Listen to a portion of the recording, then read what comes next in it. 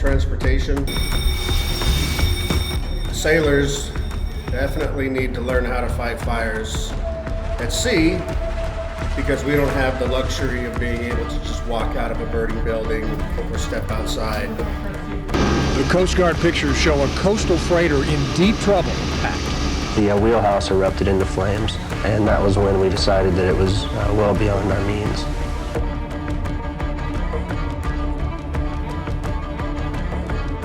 We really have nowhere to go unless we're going to abandon ship. And so we have to be proficient in being able to fight a fire on board and be successful.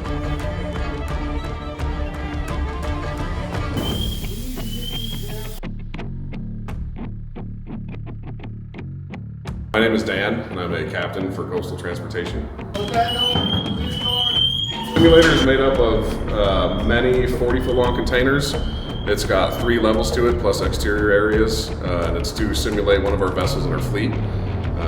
We can have many different situations inside the simulator itself, from fire, medical emergencies, flooding, things of that nature, and that's where we bring our crews to do our disaster simulations and scenarios. Simulator is designed to replicate a ship as best as we can. It has a wheelhouse, it's got a galley, it's got a berthing area, there's a berthing deck. We've got 2 cargo holds and an engine room, and we also have an engine control room. So my job during the simulation is called the director, and I sit in a room just off of the simulator. It's a big TV screen with 18 different cameras positioned throughout the simulator. I can see just about all of the simulator. And as the fire team is progressing through, then I can see that on the camera. And then I can direct other people. Are we gonna get this fire going now? Are we gonna get smoke going? Are we gonna add another fire? So I can kind of on the fly direct the rest of the crew what to do by looking at the cameras. At some point it does get too smoky for me to be able to see through the cameras in some of the spaces, but then it's radio communications through me, and we do the same thing. My job during firefighting training specifically is called the manager. Essentially my role is to follow the management side of the team, to be the captain and the mate and the chief engineer, and to keep an eye on when firefighters are going into different spaces we have. I call on the radio to our director and our other trainers saying that a team is going to come down and this is their plan, and then that's when other monitoring things kind of take control. We'll watch our cameras and then other trainers are following them. So on the firefighting day specifically, we have 7 trainers typically, sometimes 8. We have 2 operators, which are the people that are actually lighting the fires. They're controlling the cooling systems of the simulator. We have somebody called the director, who is going to be monitoring all the camera systems we have. He kind of gets to decide at what point we light different fires, different areas on fire, smoke, things like that. We have myself, the manager. It's normally with the management side of the fire teams, and then we also have 2 firefighting trainers that are on SCBAs, and then full turnout here that are following individuals around the simulator as they respond. I'm Ben Herndon. While we're sailing, I'm the chief mate for Coastal Transportation.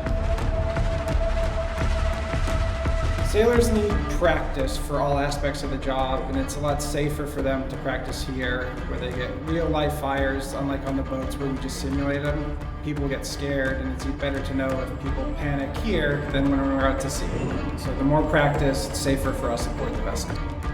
A lot of simulators, especially the commercial simulators, use propane. You can't really put out a propane fire until they stop pumping propane. Another thing that separates ours from the commercial is we use actual burning material. So if we only want smoke, then we use hay in burn barrels for just smoke. If we want fire, we use pallets for the most part, combustible wood. It started with propane, but once the fire is lit, the propane is secured. We don't use it. And we use that in conjunction with the smoke barrels to get realistic actual fire and realistic actual conditions.